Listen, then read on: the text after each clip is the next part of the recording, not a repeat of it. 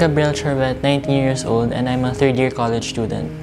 Who do you currently take care of at home and how long has it been? Yung grandmother ko, we've always been living in close proximity with each other. So kind of like my whole life. How would you describe your relationship with your lola? Ever since kasi, yung mom ko, she's busy with work Mondays to Fridays. So, ever since I was in preschool, grade school, yung grandma ko yung laging nagbabantay sa akin. So, kami yung laging magkasama kapag weekdays. Dati, yung relationship namin is kind of like, babantayan niya ako when my parents aren't there. Pero ngayon, parang I'm not at that age naman na kailangan na ako like bantayan. We kind of like coexist. Tapos kapag may kailangan siya or may kailangan kami, we're like there for each other. Values or lessons that your lola passed on to you? I feel like mas na-realize ko yung mga values na na-pass on niya sa akin growing up kasi my friends would tell me, kunwari I would speak in Tagalog kasi most of the time, tapos sasabihin nila ako na, bakit yung language mo, pang-lola naman yung language mo. Tapos na-realize ko na a lot of my qualities nanggaling sa lola ko. So one of yung values na natutunan ko sa kanya is parang na-realize ko na I don't really like wasting food. Tapos pati na rin pagdating sa pagsisave ng money. Can you describe your current role or involvement in caring for your lola? Since we live in close proximity to each other, kapag may kailangan siya sa house na hindi niya kaya gawin mag-isa, so in regards sa technology or may kailangan siya linisin sa bahay niya na like kunwari hindi niya abot, ako yung pinapapunta doon ng mom ko. And then recently, kapag kailangan siya samahan sa check-up, since yung lola ko hindi siya marunong mag-book ng Grab by herself, so kailangan ko siya samahan. Has taking care of your lola affect your personal life?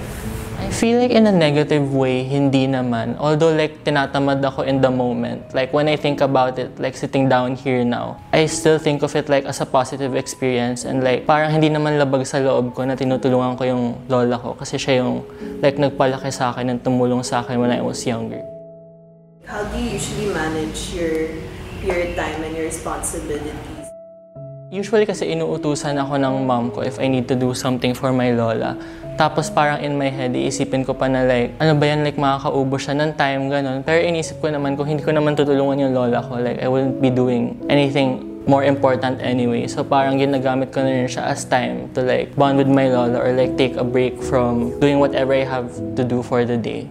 How do you usually spend time or communicate with your lola?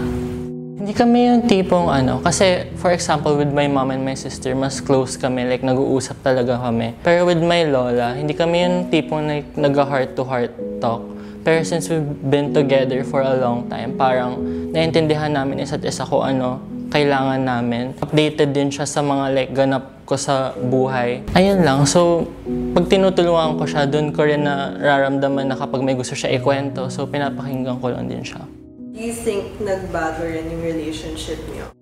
I feel like hindi siya nagbago like a switch, pero medyo mas gradual siya na parang mas nararamdaman niya na for background kasi bunso ako, so parang yung image ko is like kailangan ako alagaan, so parang mas nafe-feel ko na naninibago siya. Tapos kasi may mga times na umaalis ako, tapos yung lola ko yung naiiwan sa bahay, then I would kind of overhear sa phone, paglabas ko, hindi ako agad naglalakad palabas. Narinig ko pa rin yung conversation nila sa loob. Tapos kapag may kausap yung lola ko sa phone, parang sinasabi niya like, buti nga yung like apo ko na alala pa ako ngayon.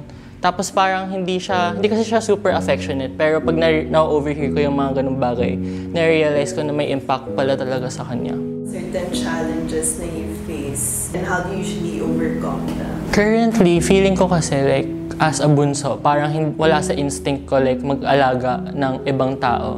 So I feel like it's something I need to learn more and like be more conscious of, like have the initiative na. Like ako yung mismong kusang magtanong sa lola ko kung may kailangan siya kaysa yung kailangan pa ako utusan. And I feel like talking to my sister about it kasi parang napasa yung responsibilities niya sa akin really helps.